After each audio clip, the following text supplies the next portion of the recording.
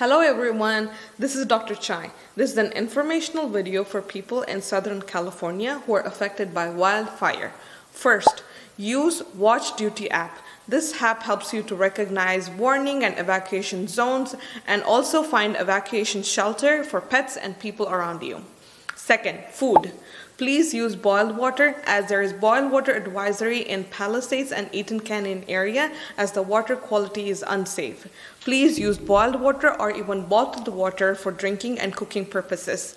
And use non-perishable food items like granola bars, energy bars, and even peanuts to get you through these tough times.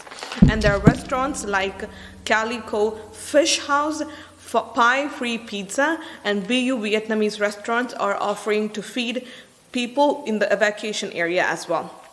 Third, internet. AT&T has announced unlimited talk, text, and data through February 6th. Fourth, housing. Airbnb is providing free temporary housing in the people who are affected by the evacuation. Uber and Lyft are also giving out free rides for evacuees using Wildfire 25 and CA Fire Life 25 codes. Protection.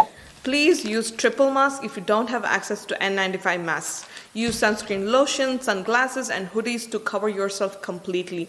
Work.